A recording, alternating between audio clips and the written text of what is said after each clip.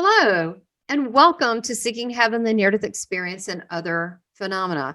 I'm your host, Tamara Caulder Richardson, a six-time near-death experiencer, as well as a multiple spiritually transformative experiencer, evidential medium, and Christ channeler. Welcome to my channel.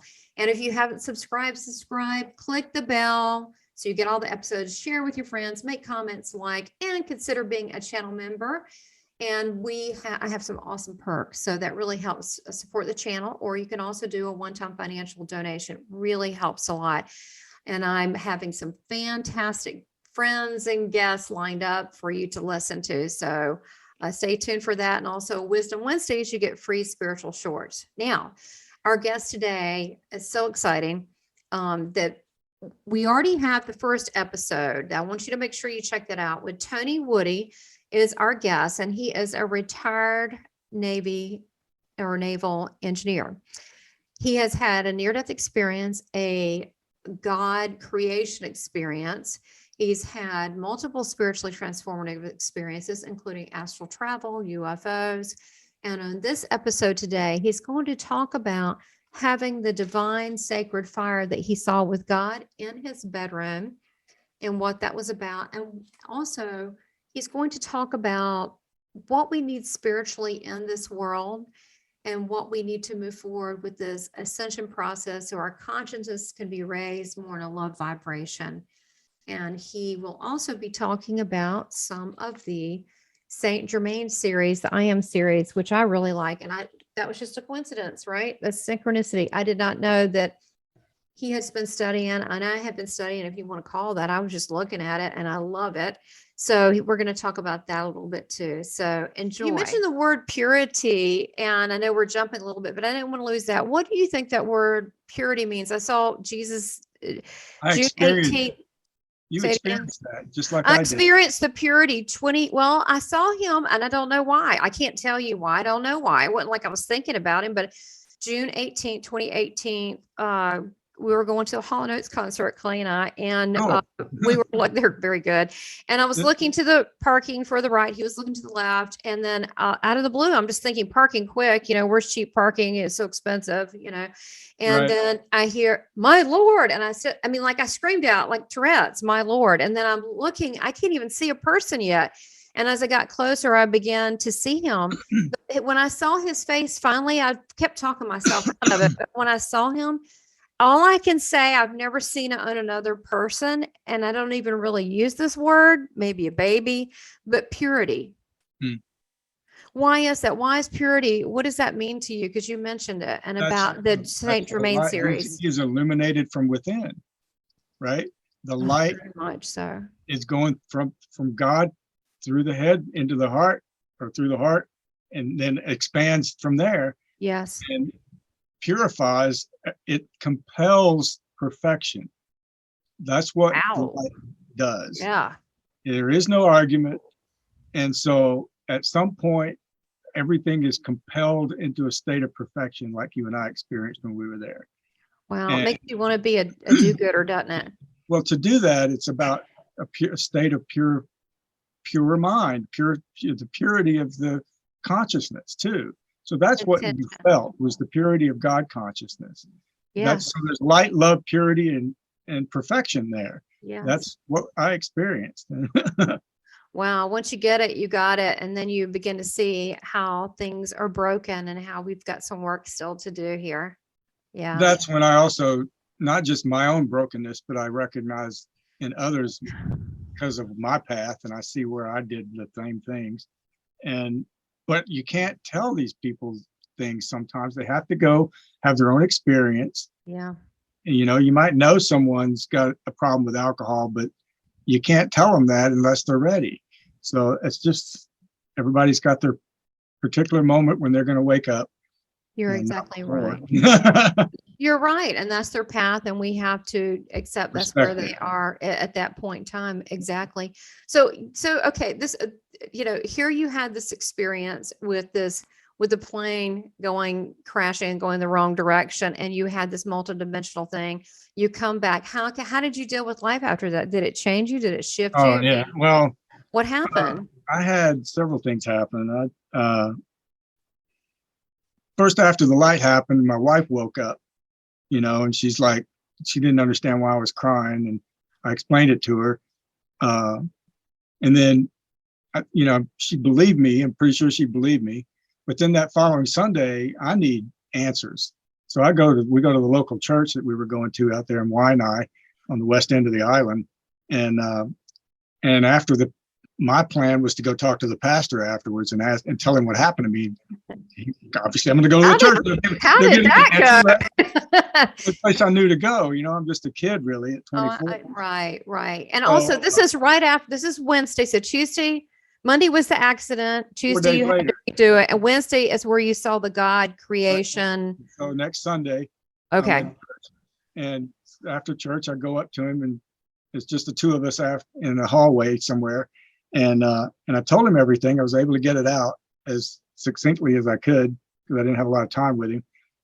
And he just kind of tilted his head at me in an odd way and glazed over on his eyes and turned his back on me and walked off and didn't say a word. Oh, I'm so sorry. I was just stunned. I needed Dear answers. God, I'm sorry. He turned his back on me. So I left, and and then a week later, we went to a different church. And this time, it was in a lot bigger church, a lot of people there, a lot of military people going to this church. But I'd never been to this church before. I was going with one sole focused thought. I need answers, and I'm going to get them today somewhere, Yeah, you're determined, aren't you? Somewhere is going to give me an answer. That was my belief. And so there was this period of time where the pastor said, well, are there any concerns? They do that in a moment, and people get to say something and a little bit here and there from different people. And I raised my hand, and I tried to bring up, as I'm getting up to ask what happened to me, my ex-wife, now it's a former wife, which happens to a lot of people that go through this. I was going to ask you that. A lot of people that have had NDEs go through divorces. Yeah. She grabbed my arm and was forcibly pulling me down. And I'm like, let go of me. And I yanked my arm away, and the whole church sees it. So I asked the questions that I can't remember what I asked, but I knew the answer was lame, and he didn't know the answer. So I knew I wasn't going to get the answer there. And I left the church. As we're going outside, I have a lieutenant commander from another squadron at the base who knew I was aircrew comes up to me and tells me that I probably shouldn't talk about that anymore because if the military hears about it, they're probably going to take my security clearance away and I won't be able to fly, and they might kick me out of the Navy. So I never talked about it anymore. And that doesn't work either, because once you're chosen, it's over. You're coming. So do you think that caused all my problems in my marriage. It just affected me for years. I had alcohol problems. I had all kinds of problems. So they told you, this is important. I want to make sure we don't go past this. He thought he was doing you a favor and told you to keep your mouth shut.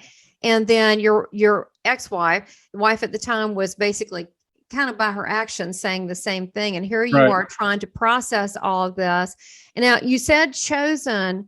I feel like it's a mutual fit thing. I feel like that we're chosen, but I also feel like that we're like, yeah, come on now, let's do this. Let's fast track this spiritual journey here. So I think it's kind of a mutual chosen thing. What do you think about that? Looking back on it, probably, but I didn't know that at the time. Well, sure. Yeah, you're like, what do I do now? Yeah, so how many years did you remain quiet? Because the reason I say this, there's people watching right now probably that had to be silent, just like you. So that happened when I was like 25, probably about 25, over 25 years. And people are silent for different reasons. I somehow learned about the Ions group. Yes. Decided I could go serve God that way, and I was going to go tell my story. And the first time I ever spoke was at a Virginia Beach Ions group down there. And that's the International Association of Near-Death Studies. Yeah. Where I reached out to them first as well, because I thought that, well, they have an association for this. They won't think I'm crazy. Well, I found a YouTube video and I had never heard of Ions before, when that's happened to me back in the 80s, we didn't have the internet. We didn't have anything like that. There weren't, you might have a few TV shows about something, but that was it for spiritual stuff. But there was nowhere to go to get information about near-death experiences or what that was. until years later, I found a book called Lessons from the Light by Kenneth Ring. And that's when I realized I wasn't crazy. And Well, what happened to me was real. for me, I read Life After Life with Dr. Raymond Moody. Yeah, So I it read was that too, but Lessons from the Light was the first one I read. oh, really? Yeah. And then you go, wait a minute. You find that one book, and then the journey starts. It's probably never stopped, has it? Open. Yeah. Yeah, it never ended from there, basically. Yeah, No, that's why I exactly. have a volume of all 20 of the St. Germaine. Oh yeah, what is it? I have the 24 whole volumes? 20, 24 volumes? 20. I have all 20 of them. Is 20? Okay. Yeah, I think they might have put some reprints out there as the 24. I've got 10 and I've got some on audio. So yeah, they're fantastic. So yeah, I did the same thing when I was a kid. I would go ask questions because my NDEs started as childhood, and I would go to the preacher and I was looked at like I was crazy, and they walked away. And now I understand why some people get turned off with a religion because of that. Hang on. I'm glad you led into that, because that creates a moral injury right there when that happens. All right. So that was the whole point of me being involved in 2000, in March of 2000, a magazine from the Johns Hopkins University. It's called Voices, Personal Stories from the Pages of Narrative Inquiry and Bioethics. That's what NIB means. Healthcare after a near-death experience is the topic. This is a Johns Hopkins University's article. You can see that at the bottom. Yes. Yes. And they do one of these magazines, quarterly, Narrative Inquiry and Bioethics. And I was asked to write my story up, and I got picked as one of the people's stories that got included. I guess a bunch of people did this. So my story's no more special than anyone else's. There's me and one other military, and the rest are civilian sector, but there are people like a NASA scientist, a surgeon who was an atheist before, but not anymore. You know? I guess not. That'll do it. So,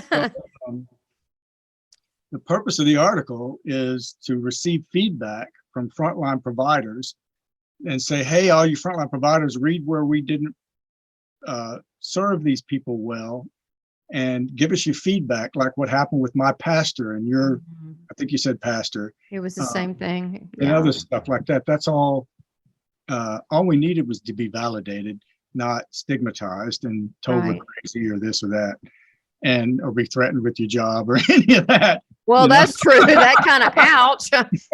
That's true. It was, yeah, he didn't realize it, but yeah. So that book addresses that, and they're getting feedback. They're still getting feedback, I believe, to take that information and create a medical school curriculum and a near-death experience protocols for near-death experience patients to go out to all frontline providers everywhere, and have a Johns Hopkins University course on that to prevent the moral injuries in the future, so that the people know how to respond properly to someone who potentially just had a near-death experience and they're confused and need to know what happened. I still think that they still need to work on that. There are people that have near-death experience. They need to be educated. That's all they need. Educated. That's what this article does, is it will educate them on the exact problem I just described. Fantastic. Well, now, when did that come out? Recent? March of 2000. 2000. Okay. That was when it was printed, but you can download it for free. Just Google the words healthcare after a near-death experience, and you'll find it, and share it widely. So I'll send the information to you later so you can put it at the bottom. That's a great idea. Yeah, for the description. So now afterwards, I know that you had, wow, you really had, that week was a big week for you, because you had, you're trying to process it, but you had the thing Monday, and then Wednesday was the big thing, and then Sunday's like that's kind of like, and then a week later after disappointment. What happened after that then? The next week? The first Sunday was at the first church, and then a week later I went to the second one. And that's when the guy came up. Yeah. So whatever happened with, since we're talking, this is very common that a lot of people, their viewpoint of the world and spirituality changes, and of themselves, after either a near death or a Kundalini experience or a spiritually transformed experience. And they many don't stay married. So what happened to the old Tony? And you got 1.0 Tony, now you've got 2.0 Tony. What happened? How did you integrate back in the world? Slowly. You kept it to yourself and just read? Just read a lot. And it kind of opened up more when I started talking and going out there and sharing my story. But because of that, that's when a friend of mine named Lilia contacted me. She found one of my videos online and reached out to me. She's the one that introduced me to the Johns Hopkins University people.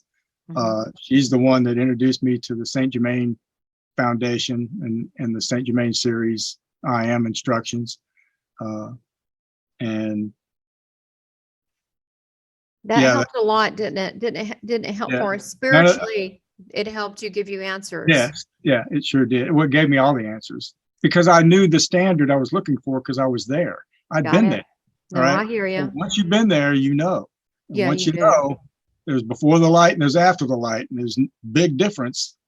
Big difference. Right. And you know, the other thing is too, it's not like we haven't had many lives, and it's not like we haven't had deaths and in between lives and all that. So if we could just, I don't think have to have a near-death experience. I think that if we just remember that we came from that and we came from this beautiful, all-encompassing, unconditional love, that right there would connect us and it would change things.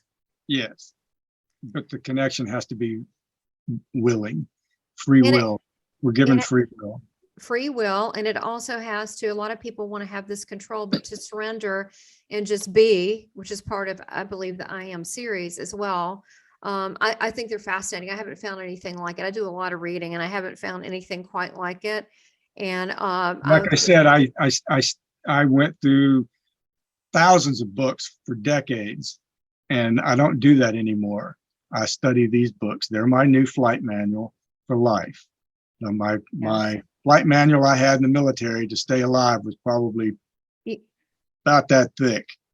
You know, these books are far more important, and I had to have that to stay alive. So just to live my life that I had here, that I thought these books are the same thing to me in a much bigger, more universal scale. Right, moving forward. And then what about people watching that ask you, what do you, I mean, I know it's going to come up. What do you think about the Bible? Again, you've had shifts, you've experienced things, you've personally experienced things. How do you, what can you do to respond to that? I know some people, what do you feel about that? I did a lot of research on that too. And I think it's hard to put that into words in a short phrase. It's okay. A lot of the stuff in the Bible that I have read fit with what I experienced, but there was other things in there that didn't. Okay. I can't give you examples off the top of my head, but no, that's fine. Just speaking generally. I'm discerning in certain things. Some people want to say that whole book is, you know, but if they knew how many different versions of the Bible there are, how many different pages each one has versus the other. The Bible has been shifting over the centuries. It's not ever the same, and it hasn't been the same for a long time. So I had to take that with a grain of salt once I understood the history of the Bible. Although I know Jesus is real. So there's aspects of it that are very true, but then there are other aspects of it that I don't understand and didn't fit because of what I experienced. So I just kind of passed that. Right. No, that makes sense. I mean, there's certain things that doesn't apply, like men should only wear beards or, you know, things like this. But all the Jesus parts, I mean, I dig it. You know, I'm all about the Jesus parts. I really love that. So, and it has been interpreted so many different times. I find the most current one, the King James Bible, is purity. It's easier. How do I say? It's harder to read, but it's more pure to understand the words. Right. Yeah, it's hard to read. I mean, even in that, there's things that they've added in. People don't realize they do that, but they have. So, and they've left out, and that's why discernment is necessary. That's why I think it's important to have discernment And I'm a big fan of the other books that weren't included, like the Book of Enoch. It's one of my favorites. Yes. And There's I a lot, still like I think said, there's that's a lot still of books. playing out. The size of the Bible has changed dramatically over centuries as far as how many books are in it. Right. The Gospel of Thomas, they're about manifestation. Justinian, what he did in 15, I forget what year it was. Justinian was 15 something. He put the canonical Bible together, or canonical. I can't say that word. Yeah, that's the original. Is it the Codex Bible? Is that what you're saying? The Codex or the canonical? Canonical, yeah. Okay, canonical. Okay. So, he had a political agenda when he did a lot of that, because he brought the whole kingdom underneath that religion. You're right. So there's things that King James put in there that were for King James. No, you're right. When people forget, they do have, and you think, well, it's God, so and so. Look at today's leaders in the world, right? Yeah, sure. Look what they're doing. So, King James was just human too, doing his thing back then as a king. And no, you're absolutely he believed right. was real. So, well, yeah.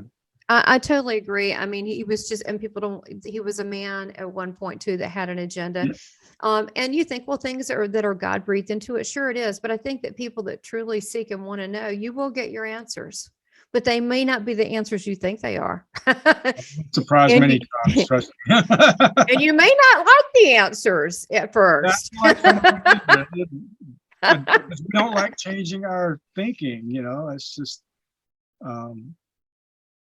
but I've had to do that too. So, but there's a freedom in that, right? The freedom to be able to think for yourself and co-create with God and to be able to find these things out. There's a freedom in that. It is. It also comes with a responsibility, in as far as honoring that, and staying with it in an honorable fashion. I don't know how to put it into words the right way, but I know that integrity. Yeah, the integrity aspect of it. Yeah. Well, it's what it is, and people don't like hearing this word, but it's spiritual maturity and spiritual integrity. And that would mean taking responsibility for a lot of one's own actions and thoughts and situations. And that's exactly what the St. Germaine's I Am Instruction series teach. It's a lot of that in there. And so, and all of these principles that I've applied have been working in my life. I've had spiritual things happening to me a lot over the years that are powerful, and you can't ignore them anymore. I can't. And I guarantee you my massage therapist can't ignore it. Yeah, well, it's funny. I can't even go get a facial with some kind of God thing happening. I can't. I mean, it's just, I won't even tell you my last one, but I get it. I understand once you open that door, but I think it depends. It becomes fascinating watching it all. I think it is. And like we were laughing beforehand, I think we both decided on the fast track instead of, between lives, people go, I'll just take it easy, have a wife, 3.2 kids and a dog or a cat, or like, let's do the fast track. I really want to rocket this thing. So the good thing is that we're at a place, I think, in society where people that these topics of spirituality and in between states and near-death experiences or the I Am Saint Germaine or any of this, I mean, people are much more open to this. Good. Yes. That's capital G, capital O, little o, capital D. Good. Oh, that is so cute. Well, look, I'm going to give credit where it belongs. My best friend, Navy buddy, Bill Beard, did that. That's his thing. Really? Yeah. So I want to shout out to Bill. Love you, brother. Oh, that is so funny. That's so cute. Well, look, this is, your near-death experience and what's going on. I know that you've vomited just to kind of, wrap up this particular segment. So you, over this time with spiritual awareness, where are you now? How do you see the world, and what do you feel like that you need to give the world, and what do people need to do? What is their spiritual responsibility? What do you think we can do to help this place out?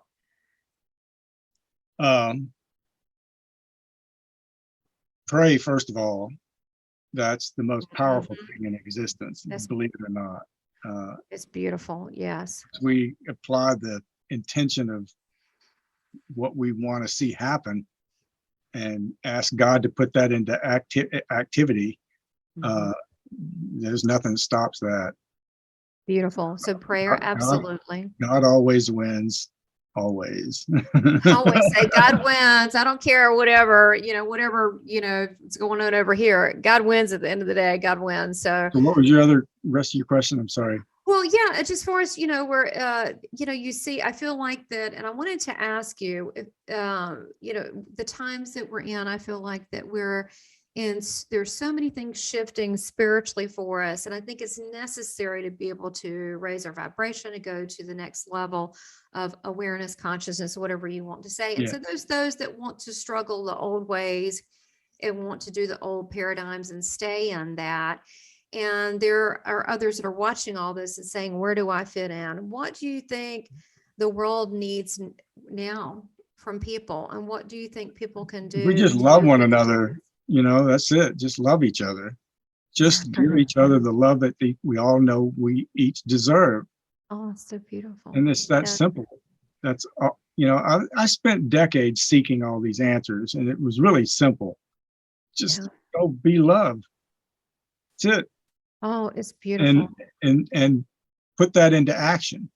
And so go find the things that you're passionate about, and God will handle the rest, and do it with integrity and honor for the purposes of loving and pleasing God and loving God, and it'll all work out. If you love God, you have to love everybody else, because there's a piece of God in each one of us. So if I'm loving you, I'm loving God. If I'm not loving you, I'm not loving God. And if everybody started loving each other like that, then the world we would have heaven on earth. We wouldn't have to seek it anymore and be here. Well, that is part of my mission, bringing heaven to earth. Now that you mention that, which means more of a love revolution. And I think it's just an awareness, but it starts with self, being kind to yourself and being appreciative of the life that God gave you. That here's the thing, what I think, and I want to ask you what you think about this, Tony. God put each of us here right now. And, he could have taken you out that day and you could have just gone on home. But here you are, here I am. And I feel like that if we're here right now, there's a reason that we're here. And I know what Jesus told me, which so sounds like Jesus, but he told me, it was so pretty, like, wow. He said, be the love you were created to be. Exactly. And you think, wow, if you really think about it, that's kind of heavy. That wouldn't it change a lot? Be the love you're created to be. And so it wouldn't be about always self-gain, and it wouldn't always be altruistic all the time either, but it would just be you being fully you, without games, without strange intentions, but just being like a child, being kind, and loving and giggling and being playful and asking, sharing food with people and being loving. And we've got things so upside down these days when things are really kind of simple. We need a lot more compassion in the world, Yeah, exactly. And then, then there's those in this world that love helping others and being a service. And then there's others that are takers. But I think at this time, for some reason, this moment in time, that it's about this great convergence, people coming together to actually making a go of it at a better place. What do you think is going to happen with the naysayers and the negative people or whatever that? Do you think that if they don't get with the program, where they just spiritually? God has a specific plan for each and every one of us. None of us are going to get left behind, in my opinion. This is my opinion, because the love I experienced was infinitely benevolent, and there was nothing that God would ever do to destroy. I knew that God could destroy me in an instant. I know that. My consciousness, I would never exist, but at the same time, I also knew that's never going to happen. And so there's a plan for all of us to eventually wake up and be in that ascended state and perfected state forever, consciously connected to our Creator, with the energy flowing through us nonstop forever, doing whatever it is God's going to want us to do then. and we'll want to do it too. So I just So can't wait. I mean, I look forward to my ascension. I know what the beginnings of ascension feels like because it happened to me with my massage therapist, and I know exactly what that means. That sounds so funny. If you're just tuning in, it was a God moment, okay? That Yeah. does sound really odd if you're just tuning in, but Yeah, well, yes, if you didn't tune in, well, I had an experience where the energy of God blasted through me and my massage therapist, and she was 7 months pregnant, her unborn baby. oh wow. So So her child probably, I mean, that's really affected her child too, to have that, God running through her body and his as well. he's almost 4 years old now. So Oh, wow. And he's probably very, very enlightened, I would imagine. I haven't seen him in about a year, but he was still just a little kid. They're still just kids, you know. Bless him. Well, look, He will be enlightened later. I bet that happens. yeah, I just imagine that is the way, but you're right. Everybody's at different points. And I think that there is a master plan, but there's a plan for each of us individually. And to me, I feel like everything matters we do. That plan involves love lessons. And everybody gets their love lessons to help them learn to be more loved. So it depends on, I just wanted the accelerated pace, I guess. No, you're right. And it's funny because Jesus told me to start love around, it was one time February with love leader lessons. And he said, oh, and he's a little love bug, but and so I do, and I have like my channel love leaders. And you're exactly right. That's what they are. They're love lessons. But well, that's not exactly what I meant in that regard, but it's about talking about people not wanting to turn to the light. Where you get your love lessons and you get your bumps and knocks around. Yeah, I know. Well, yeah, it's tough love lessons. Yeah, I know. Right. They're going to get what they need. It's true. It's all for the greater good of the divine and the divine working through us. I mean, how can we not be of God? That's where we came from. And it's just technically this is all a big purification process.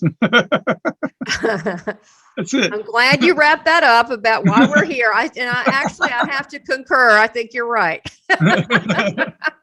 So either you can struggle or you can just say, hey, I'm in, let's just do this thing. Go with the flow. I go with the flow because it's a lot easier. And, to me, it's fun now that you're spiritually awakened and so forth. Aren't you happy for this better version of you and what you know? Yeah, I like myself better than who I used to be. Me too. I do. And everybody's so afraid to be themselves, but here's the secret. People already know who you are anyway when they meet you.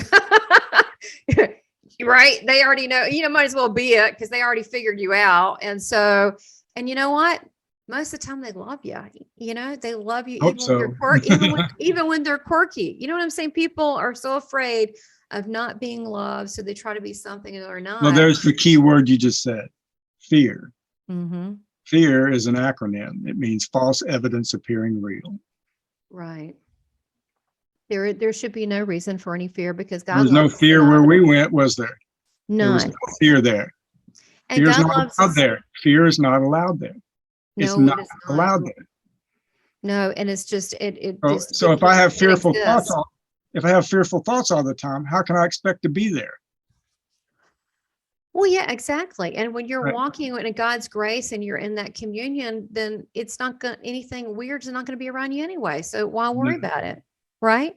I watch what's around me, people, if there's anything negative on TV, whatever.